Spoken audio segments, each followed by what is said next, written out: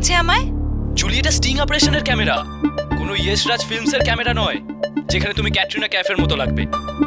আর এমনিতেও তোমাকে যেমনই দেখা নিজেকে নার্ভাস দেখিও না, নইলে আমাদের সমস্ত প্ল্যান একেবারে ভেস্তে যাবে, বুঝলে?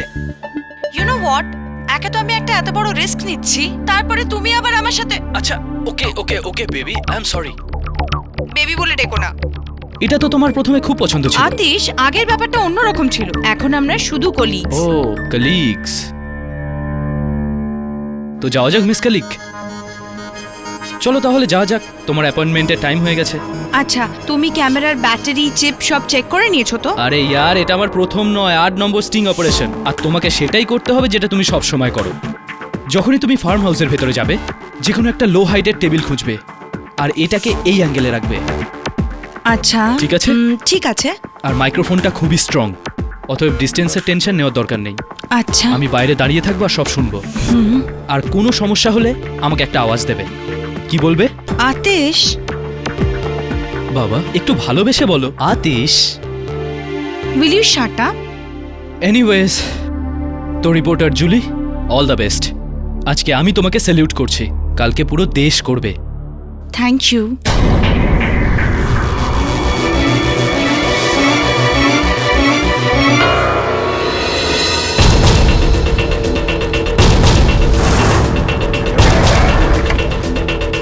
খুব বড় রিস্ক নিচ্ছে জুলি। ওই যে লোকটা আছে না, আলোয়ালিয়া, খুব শার্প আছে, ধরে নেবে। তুই চুপ কর অপয়া, সবসময় দেখি তোকে নাক গলাতে। তুই শুধু গাড়ি চালা, বুঝলি? আর চুপ থাক। আর হ্যাঁ, ডিস্টেন্সের খেয়াল রাখবি, কেউ যেন না জানতে পারে যে আমরা জুলির সঙ্গে রয়েছি, বুঝলি? ভালো বদলা নিচ্ছিস তুই জুলির থেকে, না ওর ডিচ করা।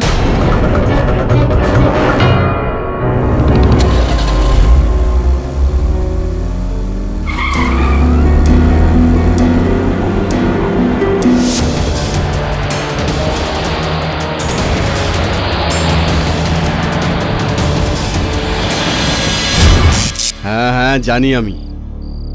এখন তুই কথা ঘোরাচ্ছিস না? আমাকে বলতে হবে না আমি কি করব না করব, আমি সব জানি। টনি আলুওয়ালিয়াকে তো ঠিক আছে, এখন ফোন রাখ।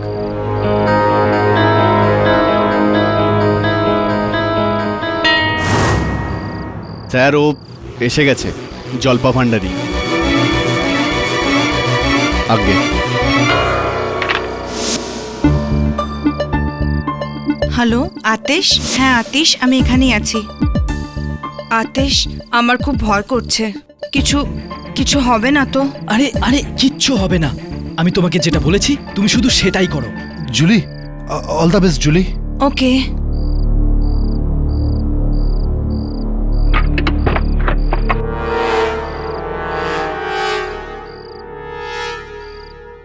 মিট এসে গেছে। হ্যাঁ,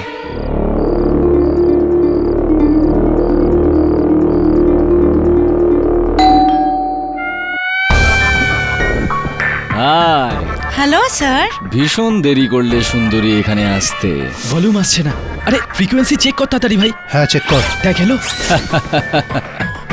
কাম বেবি, কাম অন। আরে ভাই তুই লেভেল 4 এ রাখ। এখন দেখ আসছে। হ্যাঁ ওকে ওকে, ভলিউম বাড়া, ভলিউম বাড়া। ওকে, ঠিক আছে ঠিক আছে ঠিক আছে ঠিক আছে। ওয়েলকাম টু মাই গরিব খানা। গরিব খানা? আপনি এটাকে গরিব খানা বলছেন? দিস ইজ নট গরিব খানা, প্যালেস। কাম কাম কাম। আতিশ, মনে হচ্ছে গাড়িটা কোথাও আগে দেখেছি। আরে ইয়ার, তুই গাড়ি ঠাড়িয়ে সব ছাড়। দেখ অডিওর ওয়্যার আবার বেরিয়ে গেছে, ওটাকে লাগা। দেখ এলো। একটু ভলিউম বাড়া। সাফল্যের রাস্তা এত সহজে কোথায় পাওয়া যায়? তার জন্য তো অনেক কষ্ট করতে হয়। বসো, সেট।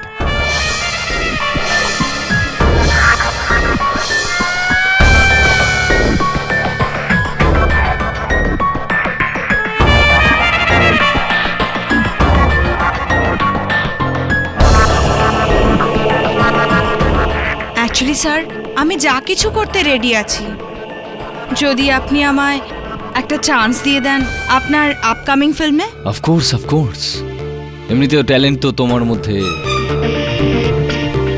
ঠেসে ঠেসে ভরা আছে।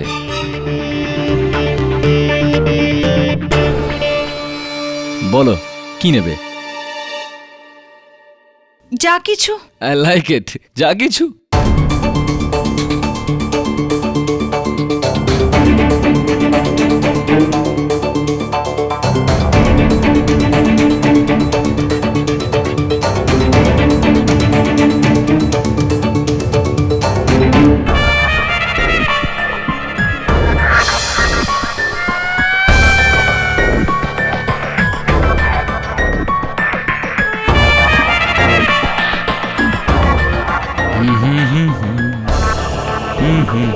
This is your drink, baby. Cheers. Lovely. Wow, nice painting. Germany. You like it? It's a gift from my side. Oh, thank you so much. কিন্তু I like you, baby. You are very beautiful. তুমি আমাকে এর বদলে কি gift করবে? আপনি যা চাইবেন। I like it. Please please Tony বাবু। এই ব্যাটা তো সোজা ফার্স্ট গিয়ার থেকে ফোর্থ গিয়ারে চলে এলো। আরে এটা তো আমাদের জন্যই ভালো না? টনির আসল রূপটা তো জানতে পারবো।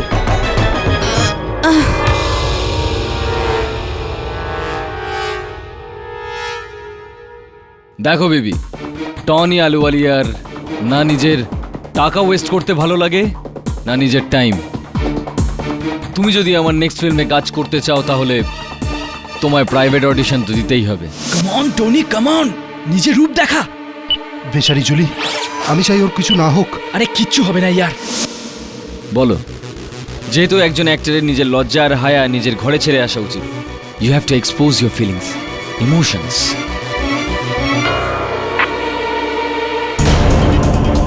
টনি বাবু প্লিজ প্লিজ লিভ মি। তোমাকে হিরোইন করব। আমাকে ছেড়ে দিন প্লিজ। হিরোইন হতে চাও না? ছাড়ো আমায়।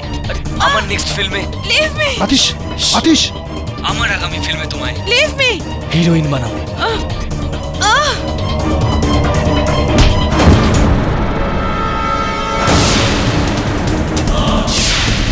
ক্যামেরা? ক্যামেরা নয় তো দি এন্ড টনি আলুওয়ালিয়া। আজ পর্যন্ত তুই অনেক বেশ শিকার করেছিস না, কিন্তু আজ তুই শিকার হয়ে গেছিস আমাদের স্টিং অপারেশনের। স্টিং অপারেশনের? তোর কি মনে হলো আমি কোনো স্ট্রাগলিং অ্যাক্টর? আমি খলবলি নিউজ টিভির রিপোর্টার জুলি, আর আজ পুরো দুনিয়ার সামনে আমি তোমায় এক্সপোজ করতে এসেছি। শয়তান, তুই আমায় এক্সপোজ করবি? আমি এখনই দেখাচ্ছি তোকে আমি কি করতে পারি। ছেড়ে দাও আমায় প্লিজ, ছাড়ো আমায়। আদেশ, ওই টনিকে তো আমি। কিন্তু দাঁড়া, আমিও যাবো তোর সাথে। জুলি, না না না, গাড়িতে এত জিনিসপত্র রয়েছে, আমাদের দুজনের মধ্যে একজনকে এখানে থাকতে হবে। ব্যাস তুই অডিও শোন, বুঝলি? আমি আতিশ।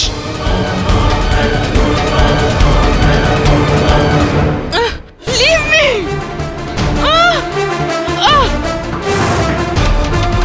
তুই আমাকে ফাঁসাবি?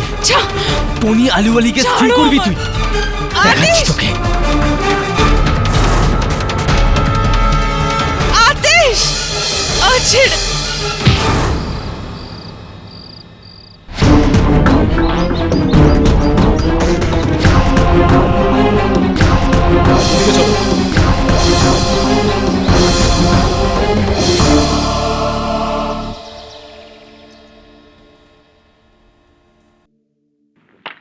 মিসেস আলুওয়ালিয়া, আমি বুঝতে পারছি যে আপনার স্বামী এটা মানতে নারাজ যে এই হত্যাটা উনি করেছেন। আশ্চর্যের কোনো বিষয় নয় এটা। অপরাধী কখনোই তার অপরাধ স্বীকার করে না। তো এই যে পাইল ওনার বলছে যে যেই পুতুল দিয়ে খলবলি টিভি চ্যানেলের ওই জার্নালিস্ট জুলির মাথায় আঘাত করা হয়েছে, ওটার ওপর তো আপনার স্বামীর আঙুলের ছাপ রয়েছে। জুলির স্টিং ক্যামেরার মধ্যে পুরো এই কথোপকথনটা রেকর্ডেড রয়েছে। আর তাছাড়াও আপনার স্বামীর যে বহু চর্চিত অভ্যাস রয়েছে মহিলাদের সঙ্গে। মাফ করবেন, ছাড়ুন। আমার মনে হয় না এই কেসটায় কিছু হতে পারে। জানি সেটা, কিন্তু তা সত্ত্বেও টনিবাবু বলেছেন যে শুধু একবার আপনি গিয়ে ওনার সঙ্গে দেখা করে নিন। তারপর এটা আপনার উপর নির্ভর করে যে আপনি এই কেসটা নিতে চান কি চান না। এটা টনিবাবুই আমাকে বলেছেন। আপনি কি বলছেন? হ্যাঁ, না মানে আপনি কি ভাবছেন? মানে আপনার কি মনে হয় আপনার স্বামীর সম্বন্ধে যে উনি নির্দোষ? আপনি আমাকে আমার মত জিজ্ঞেস করছেন? আজ অব্দি কেউ কখনো আমার মত জানতে চায়নি। এমনকি টনিবাবু তো আমার চিন্তা শক্তিতেও বাধা দিতেন। আমার মত তো এটাই যে টনিবাবু যতই দুশ্চৃঙ্খল হোক না কেন, মানে উনি আমাকে বারবার ধোঁকা দিয়েছেন, মেনে নিচ্ছে, কিন্তু একটা কথা আমি বলতে পারি যে উনি আজ অব্দি কখনো আমার গায়ে হাত তুলেননি। মানে শুধু আমার ওপরই নয়, উনি কখনো কারোর সঙ্গেই এরম করেননি। এটুকু তো আমি বলতেই পারি। আমার মত এই যে টনিবাবু নির্দোষ। Here comes Katie Pathak. I'm glad that you made it. এই বোকা মহিলা তো আমাকে ওই অ্যাডভোকেট অনিল খুরানার কাছে নিয়ে যাচ্ছিল আমার কেস নিয়ে। But I said no, no, no. যদি আমার কেস কেউ লড়ে তাহলে সেটা হবে the great KD Pathak. KD, name your price. Blank cheque বানিয়ে দেবো তোমায়।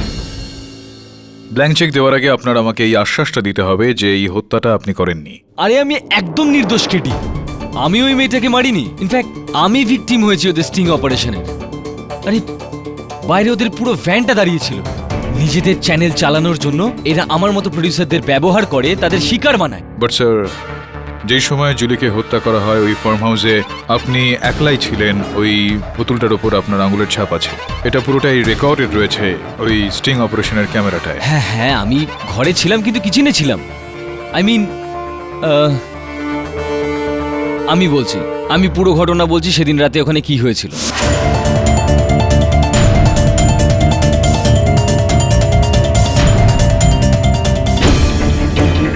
এই মেয়ে, ওঠ, মরে গেলি নাকি?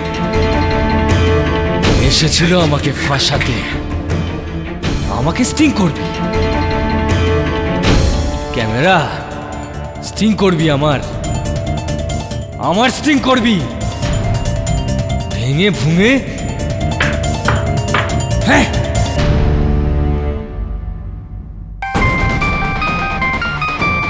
হ্যালো মনীষ, ভিতরে আয় কিচেনে। আরে এই মেয়েটা এ গন্ডগোল করে দিয়েছে। ঠিক আছে সাহেব, এক্ষুনি আমি আসছি। আরে এই মেয়েটা তো আমার লাইফ, আমার কেরিয়ার, আমার জীবন ধ্বংস করে দিত, আমার ব্যান্ড বাজিয়ে দিত। আরে মনীষ সাহেব, এটা আরে আমার ওপর স্টিং করতে এসেছিল বুঝলি, কিন্তু আমিও একে এমন মজা দেখিয়েছি যে মনে রাখবে। যা, এ গাড়িতে তুলে কোথাও ফেলে আয়। কিন্তু হ্যাঁ, কেউ যেন জানতে না পারে যে এখানে ফার্ম হাউসে এসেছিল। আরে চিন্তা করিস না, আমি এ সমস্ত ক্যামেরা ট্যামেরা সব ভেঙে দিয়েছি। আর হ্যাঁ, কেউ কোনো প্রমাণ পাবে না। যা তাড়াতাড়ি কর, একে তুলে ফেলে আয় কোথাও, তাড়াতাড়ি কর।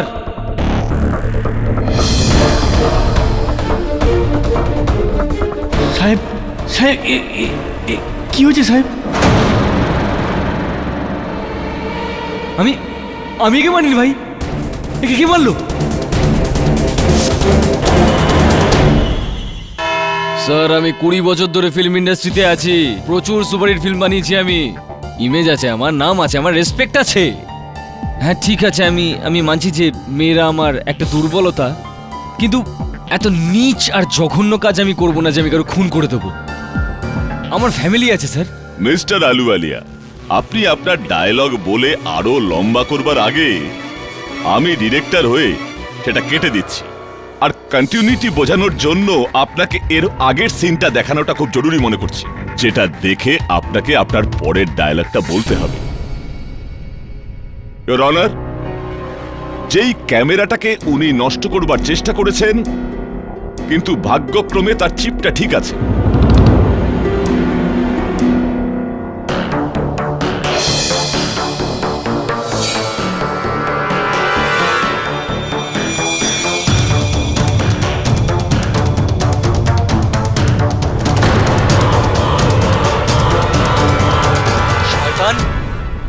তুই আমায় এক্সপোজ করবি? আমি এখনই দেখাচ্ছি আমি কি করতে পারি। এই মেয়ে, ওঠ, মরে গেলি নাকি?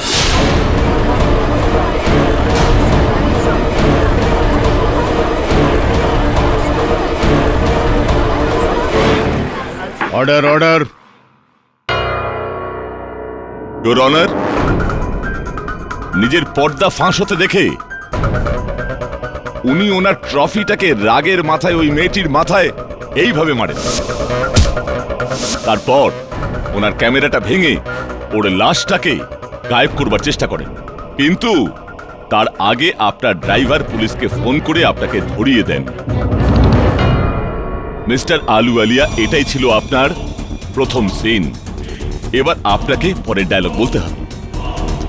কি বলতে হবে সেটাও আমি বলে দিচ্ছি। বলুন, আমি জুলি মিশ্রাকে মেরেছি, আমি ভয় পেয়েছিলাম। বলুন। পবিত্রমণি বাবু, আমি বলবো যদি আপনার আপত্তি না থাকে তো? হ্যাঁ, কেন নয়, আসামি তো আছে, আর তাছাড়া এই আদালতের আসল হিরো তো আপনি। ইওনার, সর্বপ্রথম অবত্রমণি বাবু আমাদের এই আদালতে এই যে ফুটেজটা দেখিয়েছে, সেখানে তো বেশ কয়েকটি জায়গায় আমি টনি বাবুকে ওই ট্রফিটা দিয়ে জুলিকে মারতে দেখিনি। চলুন অবত্রমণি বাবু আনন্দ পাবেন যদি আমি বলি যে আমি দেখেছি। মারার পরপরই এই ব্যক্তি ইনি বললেন এই ফুটেজে যে, এই মেয়েটা ওঠ, মরে গেছিস নাকি? এই মেয়ে, ওঠ, মরে গেলি নাকি? কেউ কাউকে মেরে ফেলার পর এই ধরনের প্রশ্ন কেনই বা করবেন? নিজের ক্রিয়ার উপরই প্রতিক্রিয়া। আমি বুঝতে পারছি যে আপনার বক্তব্যটা কি, ভালো করেই বুঝতে পারছি। কেডি সাহেব, যেটা ঘটেছে যে মিস্টার আলুওয়ালিয়া নিজের ক্রোধের আবেগে পড়ে এই ট্রফিটা মেয়েটির মাথায় মারে, কিন্তু নিজের এই অ্যাকশনের পর যখন ওনার হুঁশ আসে তখন ওনার বিশ্বাস হয় না যে ওনার হাত দিয়ে এটা হলো কি করে। ওই কনফিউজড স্টেট অফ মাইন্ডে ওনার রিয়াকশন, এই মেয়েটা মরে গেছিস নাকি, ওঠ, এইটা ভেবেছে সত্যি সত্যি ওনার হাতে ওই মেয়েটি খুন হয়ে যায়নি তো? এটা থিওরি আপনার, কিন্তু এই থিওরিটার মধ্যে বিশেষ কিছু আমি এখনো দেখতে পেলাম না এই ফুটেজে। কেন চালিয়েছিলেন এই ফুটেজটা আপনি? ক্যামেরাটা ভুলে যান। আচ্ছা, ভুলে যাব, চলুন। ইওর অনার, পুতুলের উপরে আঙুলের দাগ রয়েছে। আচ্ছা, আমায় এটা বলুন যে ওই ফার্ম হাউসের তৃতীয় কে ছিলেন? ড্রাইভার আর সিকিউরিটি তো ফার্ম হাউসের বাইরে ছিলেন, জুলির ক্রু গেটের বাইরে ছিল, তাহলে তৃতীয় কে ছিলেন? ইওর অনার, সর্বপ্রথম তো এই অ্যাওয়ার্ড যেটা রয়েছে সেটা টনি বাবুর, আর এটা স্পষ্ট যে ওনার আঙুলের ছাপ তো সে অ্যাওয়ার্ডে থাকবেই। আর দ্বিতীয়, অবত্রমণি বলছেন যে ভিতরে তৃতীয় আর কেউ ছিলেন না, তৃতীয় কেউ ছিলেন মনির, এনার ড্রাইভার। হ্যাঁ সাহেব, আমি বাংলোর বাইরে গাড়ি পরিষ্কার করছিলাম, তখন টনি সাহেব আমাকে ফোন করলেন আর বললেন যে তাড়াতাড়ি ভেতরে চলে এসো। আমি তাড়াতাড়ি ভেতরে চলে গেলাম। ওই সময় তো বাড়ির মূল দরজাটা বন্ধ ছিল, তো আপনি প্রবেশ কিভাবে করলেন? সাহেব, আসলে আমার কাছে ডুপ্লিকেট চাবি ছিল। আচ্ছা, তারপর? তারপর আর কি, আমি সামনে ওই মেয়েটার মৃতদেহ দেখলাম আর টনি সাহেবকে কিচেন থেকে আসতে দেখলাম। যেখানে ওর ক্যামেরাটা ভেঙে ফেলে দিয়েছিল মরে যাবার পর। হ্যাঁ সাহেব, মেয়েটা তো মরেই গিয়েছিল, আমি তো পরে গিয়েছিলাম। না, এক মিনিট। আপনি বললেন যে টনি বাবু ওই রান্নাঘর থেকে বাইরে আসছিলেন, তো হয়েছিল এইটা বাস্তবে যে আপনি ভেতরে গেলেন আর আপনি ওই মেয়েটির মাথায় ওই ট্রফি দিয়ে আঘাত করলেন, আর যখন আপনি টনি বাবুকে ওই রান্নাঘর থেকে বাইরে আসতে শুনলেন, ওনার পায়ের আওয়াজ শুনলেন, তো ট্রফিটা আপনি ওখানে তখন রেখে দিলেন আর সেখান থেকে আপনি বেরিয়ে আসলেন আর এটা প্রমাণ করার চেষ্টা করলেন যে তখনই আপনি সেখানে পৌঁছেছেন।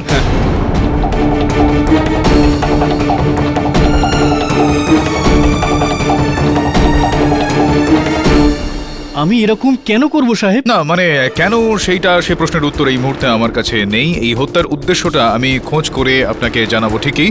পরিস্থিতির যে পরিদৃশ্য রয়েছে সেটা আমি আপনাকে বলছি যে হতে পারে যে এরকমটা হয়েছিল। তার মানে এমনটা হয়নি। আর মুনিরের সঙ্গে ওই মেয়েটার কি সম্পর্ক যার থেকে এই খুনটা হতে পারে? সম্পর্ক তো আরো এক ব্যক্তির হতে পারে, মনির বাবু, যিনি ওখানে ছিলেন, সম্ভবত শুনছিলেন কিছু কিছু কথা নিজের কানে। উনি এসে জুলিকে বাঁচাতে পারতেন, কিন্তু এরকমটা হয়নি। হতে পারতো, কিন্তু হয়নি। আর এরকমটা কেন হলো না ইওর অনার, এটা আমি মিস্টার আতিশ গাওরেকে কাঠগড়ায় ডেকে এনে জিজ্ঞেস করতে চাই। অনুমতি দিলাম। তো আতিশবাবু, যখন জুলি দেবী এই মিস্টার আলুওয়ালিয়ার ওপর স্টিং অপারেশন করছিলেন তখন আপনি কোথায় ছিলেন? গাড়িতে এই কথাবার্তাগুলো শুনছিলেন? আগে স্যার। তো এই গাড়ি আর বাংলোর মধ্যে কতটা দূরত্ব ছিল, ব্যবধান ছিল? স্যার হবে ওই আনুমানিক 100 মিটার মতো। ছাড়ুন, যাই হোক, আপনি এই কথাবার্তা শুনছিলেন আর যখনই আপনি শুনলেন যে মিস্টার আলুওয়ালিয়া জানতে পেরে গিয়েছেন জুলির ওই স্টিং অপারেশনের আর উনি রেগে গিয়েছেন আর উনি হামলা করতে চলেছেন জুলির ওপর, তখন আপনি কি করলেন? আপনি তখন ওই সময় আপনি বাঁচাতে গিয়েছিলেন আপনার ওই জুলিকে। কি বলছিলেন যেন, কত দূরত্ব ছিল আপনার আর ওই বাংলোর মধ্যে, ওই গাড়িটার সঙ্গে ওই বাংলোটা? ওই 100 মিটার মতো, আনুমানিক 100 মিটার। 100 মিটারের দূরত্ব, 100 মিটারের দূরত্ব যদি উসেন বোল্ট দৌড়তেন তাহলে উনি 10 সেকেন্ডে চলে যেতে পারতেন। আপনার নিশ্চয়ই সময়টা একটু হলেও বেশি লেগেছে, এই ধরুন 30 second, 40 second, 40 second, 1 minute, 4 minute. না ওই স্যার ওই না মানে ভেতরে আপনার বান্ধবী জুলিকে হত্যা করা হচ্ছিল, হত্যা করার চেষ্টা হচ্ছিল আর আপনার ওকে বাঁচানো দরকার ছিল, কিন্তু আপনি ওখানে ওই গাড়ির ভেতর থেকেই আপনার বন্ধু বিপুলকে ওখানে আটকে আপনি তো দৌড়লেন কিন্তু বাংলো পর্যন্ত গিয়ে পৌঁছলেন না। কোথায় গিয়েছিলেন আপনি? অন্য কোথাও? স্যার আমি ওখানে গেছিলাম জানলা অবধি। আসলে যা হয়েছিল তা হলো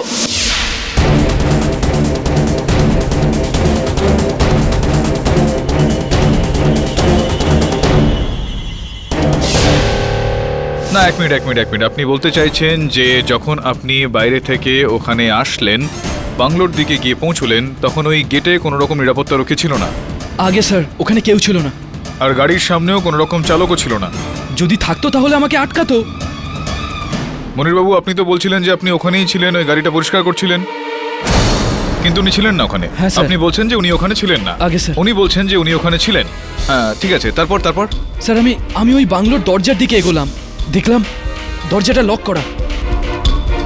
আরও বিচিত্র বিষয় এটা যে মরিনী বলেছিল যে ইনি স্বয়ং সেই দরজাটা খুলেছিলেন। আপনি বলছেন যে দরজাটা বন্ধ ছিল, ও বলছে দরজা খোলা ছিল, আপনি বলছেন বন্ধ ছিল। হ্যাঁ তারপর আমি স্যার টনির বাড়ি ঢোকার দ্বিতীয় রাস্তাটা খুঁজলাম, পেছন দিকে গিয়ে একটা জানলা খোলা পেলাম।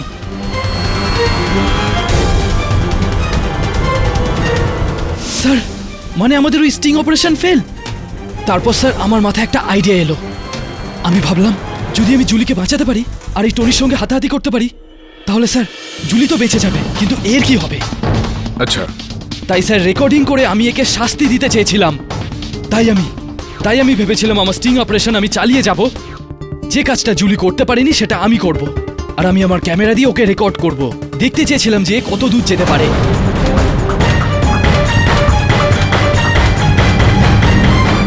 আপনি স্বয়ং বলছেন যে আপনি আপনার বন্ধু জুলিকে সাহায্য করতে পারেননি, কেননা আপনি ওনাকে ধরতে চাইছিলেন, আপনি রেকর্ডিং করতে চাইছিলেন, তবু আপনি বলছেন যে আপনি রেকর্ডিং করেননি। রেকর্ডিং কেন করেননি আপনি? না স্যার, আপনি ভুল ভাবছেন। আমি শুধু চেয়েছিলাম একে রেকর্ড করব আর একে হাতে নাতে ধরব। আর যদি স্যার ও কোনো জুলির সঙ্গে কোনো খারাপ ব্যবহার করে, কোনো বাজে কিছু করে, তাহলে আমি 2 মিনিটে ওখানে পৌঁছে যাব। স্যার আমাদের দুজনের দূরত্ব ছিল মাত্র 10 পা।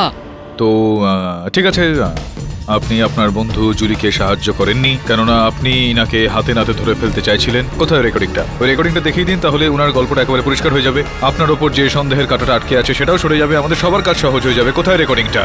অ্যাকচুয়ালি স্যার আমি কিচ্ছু রেকর্ড করতে পারিনি। না, এইমাত্র তো আপনি বললেন যে আপনি আপনার বান্ধবী জুলিকে সাহায্য করেননি, কেননা আপনি ওকে ধরতে চাইছিলেন, ওকে রেকর্ড করছিলেন। তো রেকর্ডিংটা করেননি, সেটার মানে কি হলো? স্যার আমি রেকর্ড করতেই যাচ্ছিলাম, হঠাৎ করে আমি বাংলোর দিকে কারোর আসার আওয়াজ পেলাম আর আমি ঘাবড়ে যাই।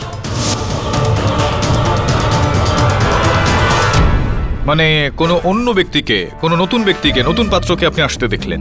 আগে স্যার। কাকে? স্যার দীপক মাথানি।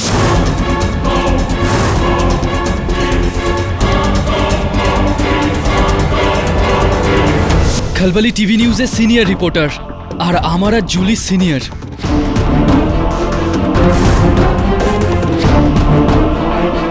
আচ্ছা, তো ইনি আপনার সঙ্গে ওখানে ওই স্টিং অপারেশনে সাহায্য করছিলেন?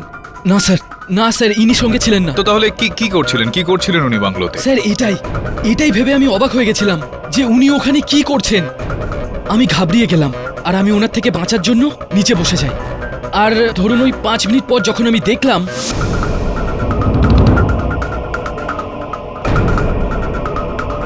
তখন স্যার সোজা আমি পুলিশকে ফোন করি।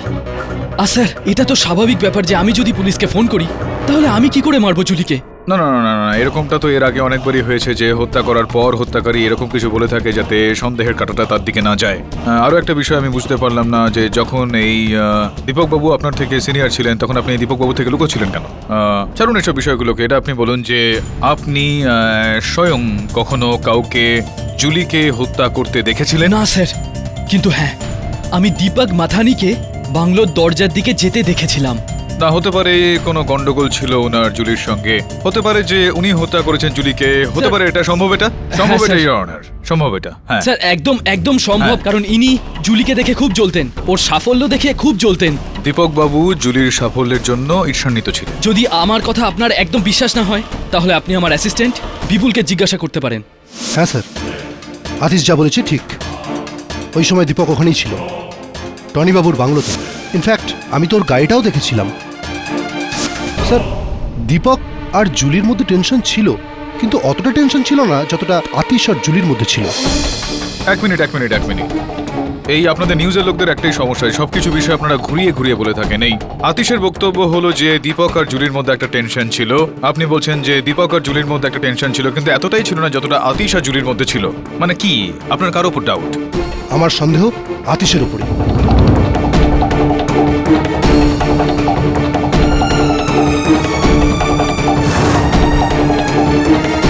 কেন? 1 বছর আগে জুলি আর আতিশ কাপল ছিল, তারপর জুলি কেন জানি না আতিশকে ছেড়ে দিল, যার জন্য খুব বেশি আপসেট হয়ে পড়েছিল। আমাকে সব সময় বলতো, দেখে নিস একদিনও জুলির থেকে এই কথাটার বদলা নিয়েই ছাড়বে। আরে তুই আমাকেই ফাঁসাচ্ছিস? ভয় পাই না আমি তোকে। অর্ডার অর্ডার আরে তোর জন্য আমি কি না কি করিনি। কোনো উপকার করিসনি, জুলি আমারও বন্ধু ছিল। Order order silence please. আপনার এখানে বক্তব্য হলো যে হতে পারে আতিশ মেরেছে জুলিকে। হ্যাঁ স্যার, ওই জন্যই তো আমাকে আটকে ছিল, যাতে ও একা গিয়ে জুলিকে মারতে পারে, ওর ভেঙে যাওয়া ভালোবাসার বদলা নিতে পারে। এবার আতিশের এটা বক্তব্য যে হতে পারে যে দীপক মেরেছে জুলিকে, হতে পারে যে দীপক এটা বলবে যে আপনি মেরেছেন জুলিকে। শুনে নিন না একবার দীপক বাবু এখানে কি বলতে চান। কি আর বলবো, এরা দুজন মিথ্যে কথা বলছে। আমি ওই রাতে ওখানে ছিলামই না। সেই রাতে আপনি ওখানে ছিলেনই না? আগে না। আচ্ছা, সেই রাতে আপনি ওখানে ছিলেন না, তাহলে এখানে দেখুন দীপকবাবু, হয়েছেটা কি, পুলিশ ওইখানে টনিবাবুর বাংলোর বাইরে 4টে গাড়ির টায়ারের চিহ্ন পেয়েছে। এটা স্বাভাবিক যে একটা টনিবাবুর নিজের গাড়ি, আর পরেরটা জুলির গাড়ি যেটা ওখানে স্টিং অপারেশন করতে গিয়েছিল, তৃতীয়টা ওই ভ্যান যেটা আতিশ আর বিপুল ছিল, আর চতুর্থ গাড়িটা যেটা ছিল কি নাম্বার যেন ওই গাড়িটার MH02 KA993 ক্ষমা করবেন আমায়, আপনারই গাড়ির নাম্বার এটা। কিন্তু আপনি তো ছিলেন না ওখানে, আপনার গাড়ি চুরি হয়ে গিয়েছিল কি, নাকি কাউকে আপনি দিয়েছিলেন গাড়িটা ব্যবহার করার জন্য? আপনি তো ছিলেন না ওখানে, কিন্তু আপনার গাড়ি ওখানে ছিল। ওকে ওকে ওকে আই অ্যাডমিট, হ্যাঁ। আমি ওই রাতে ওখানে ছিলাম। ইনফ্যাক্ট আমি প্রথম থেকে আতিশ আর জুলিকে ফলো করছিলাম।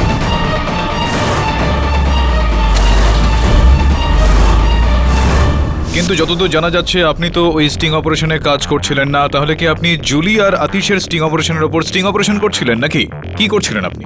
আমি খালবালি টিভিতে জুলির থেকে 6 বছরের সিনিয়র ছিলাম, কিন্তু যখন থেকে জুলি ওখানে এসেছিল সমস্ত টপ অ্যাসাইনমেন্ট ওই পাচ্ছিল, সমস্ত বেনিফিটও। খারাপ হয়েছিল আপনার সঙ্গে এটা, তবুও আমি উত্তরটা পেলাম না, আপনি পিছু কেন নিচ্ছিলেন ওদের? ও আমাকে সাইড লাইন করে দিয়েছিল। আমি শুধু এটাই দেখতে চাইছিলাম যে জুলি এইবার কি করে, কিন্তু যখন আমি জানলা থেকে এটা দেখলাম যে ওর মৃত্যু হয়ে গেছে, তখন আমি ভয় পেয়ে ওখান থেকে পালিয়ে গেলাম। মিথ্যে বলছেন আপনি, আপনি মেরেছেন। Mister Atish, enough. আপনার যদি কিছু বলার থাকে কাঠগড়ায় এসে বলুন। স্যার এই দীপক 1 নম্বরের শয়তান লোক। স্যার ইনি আমাদের অনেকগুলো অ্যাসাইনমেন্টকে নষ্ট করে দিতে চেয়েছেন বারবার, আর একবার ইনি আমার সমস্ত রিসার্চ পেপার জ্বালিয়ে দিয়েছিলেন। আর স্যার দ্বিতীয়বার যে নেতার ওপর আমরা স্টিং করতে যাচ্ছিলাম ওনাকে আগে থেকে জানিয়ে দিয়েছিলেন। আর স্যার উনি ওই রাত জুলির প্ল্যান সাবোটাজ করেছিলেন ওর প্রাণ নিয়ে।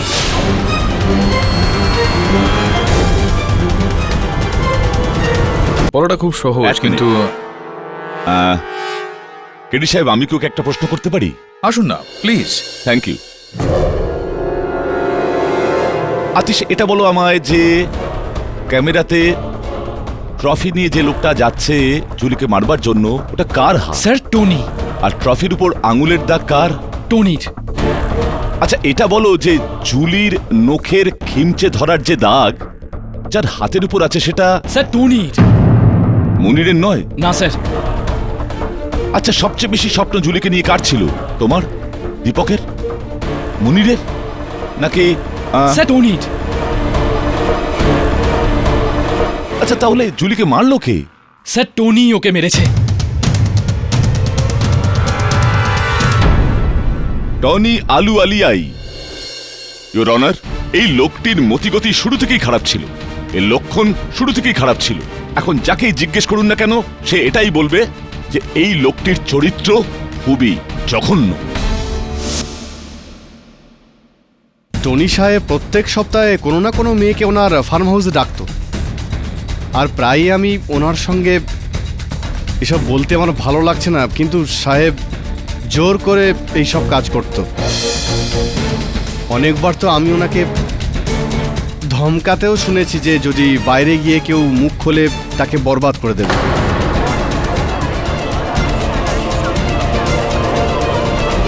স্যার আমি গরিব লোক ঠিকই, কিন্তু এটা জানি যে নারীদের সম্মান করা উচিত, সম্মান যেটা এই লোকটা কোনোদিন করেনি। পিশাচ এই লোকটা, পিশাচ। বিশ্বাসঘাতক! এই পিশাচি তোর বাচ্চার ফিস ভরেছিল যখন তোর টাকার দরকার ছিল, সব ভুলে গেলি বেটা? আপনি কি বলতে চান ওনার ব্যাপারে? সাহেব, আমি ওনার ড্রাইভার, আর ওনার অর্ধেকের বেশি গোপন কথা তো আমার জানা আছে, যে কোন মেয়েকে কোথা থেকে পিক আপ করতে হবে, কোন মেয়েকে কোন হোটেলে ড্রপ করতে হবে, কাকে কত টাকা দিতে হবে, আর কাকে কিভাবে হুমকি দিতে হবে। মেয়েদের জন্য তো এই মানুষটা ভীষণই নিচে নামতে পারে, আর কেউ যদি ওনার কথা না শোনে তো এই লোকটাই জুলিকে মেরেছে সাহেব।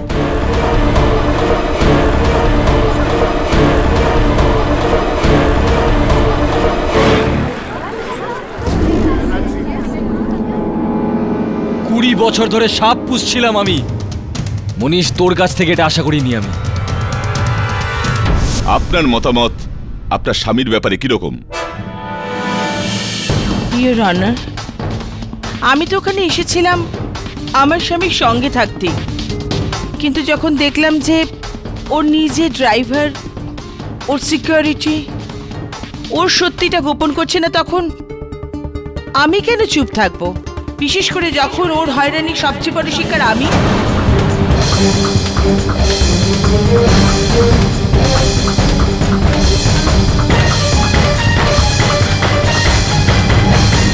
যদি আজ আমি মাথা উঁচু করে না বলি তো আমার মেয়ে জন্মের উপর ধিক্কার। এই লোকটা শুধুমাত্র নামেই আমার স্বামী। এত বছর ধরে এর দুষ্কর্মগুলো আমি মুখ বুজে দেখে এসেছি, আর কিচ্ছু করতে পারিনি। আমাকে একটা কাজের লোকের মতো রেখে দিয়েছিল এতদিন। আর যে মানুষ নিজের স্ত্রীকে সম্মান করতে না পারে, সে অন্য মহিলাদের আর কি করে সম্মান করবে?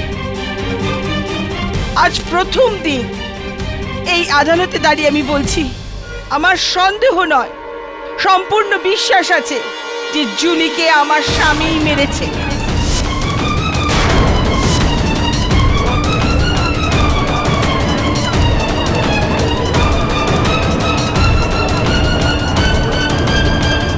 Order order, silence in the court please. এ জানোয়ার ছিল, আছে আর থাকবেও।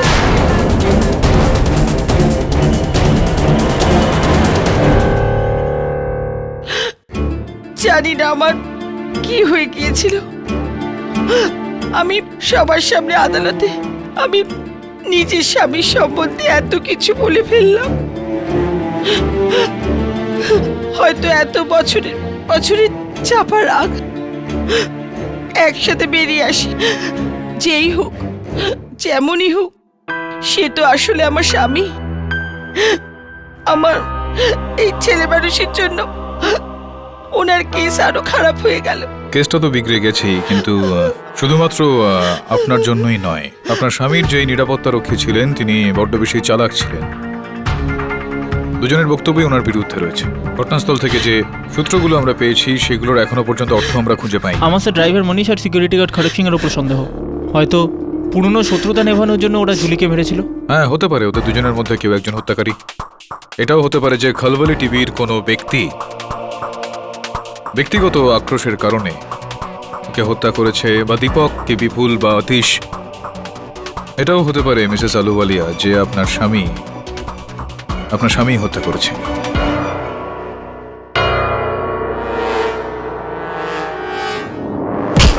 শয়তান, আমি তোকে আমার শিষ্য ভাবতাম, সবকিছু শিখিয়েছিলাম তোকে, সবকিছু। আর তুই আদালতে জুলির মার্ডারের জন্য আমাকেই ফাঁসিয়ে দিলি। ফাঁসাইনি তোকে, আমার যা মনে হয়েছে আমি তাই বলেছি, ছেড়ে দে আমাকে। তখন সব বুঝতে পেরেছিলাম আমি যে তোর কি মনে হয়েছিল। সত্যি সত্যি বলছিস না কেন যে তুইও জুলিকে ভালোবাসতিস? এই জন্যই তুই প্রথম থেকে আমার উপর জ্বলতিস। আর আজকে তুই সেই বদলাও আমার থেকে নিয়ে নিলি। আমার একটা কথা তুই কান খুলে শুনে রাখ, সবসময় নিজের সীমার মধ্যে থাকবি, নইলে ছাল তুলে নেব তোর, বুঝলি?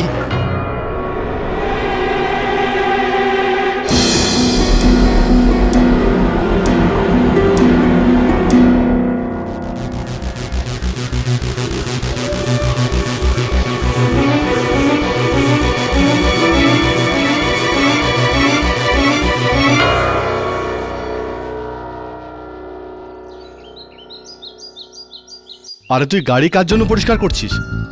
টনিবাবু তো গেছেন 14 বছরের জন্য বনবাসে। স্নেহা ম্যাডাম বলছিলেন যে এই গাড়িটা এখন উনি নিজেই ব্যবহার করবেন। ম্যাডাম আরামেই আছেন। টনিবাবু জেলে আর ম্যাডাম খোলা হাওয়াতে এরকম উঠবেন। হ্যাঁ, জানি না এখন সকাল সকাল ম্যাডাম ফার্ম হাউসে কি নিতে এসেছিল। এমনিতে তো উনি কখনো আসেন না। কিছু তো গন্ডগোল আছে। হ্যাঁ, গন্ডগোলের কথা একটা কথা মনে পড়লো খড়ক সিং। কি? যে রাতে ওই মেয়েটা মার্ডার হয়েছিল তুমি তো তোমার জায়গায় ছিলে না। তুই ছিলিস তোর জায়গায়? হ্যাঁ, মানে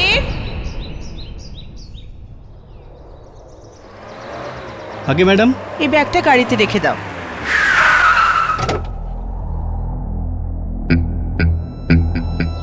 হ্যালো, ভাবলাম যে একবার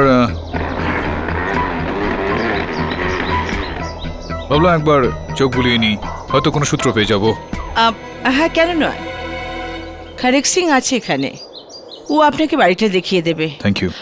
মাফ করবেন, আমাকে যেতে হবে, জরুরি কাজ আছে। আচ্ছা, যখন ওনার কাজ হয়ে যাবে বাড়িটা লক করে দিও।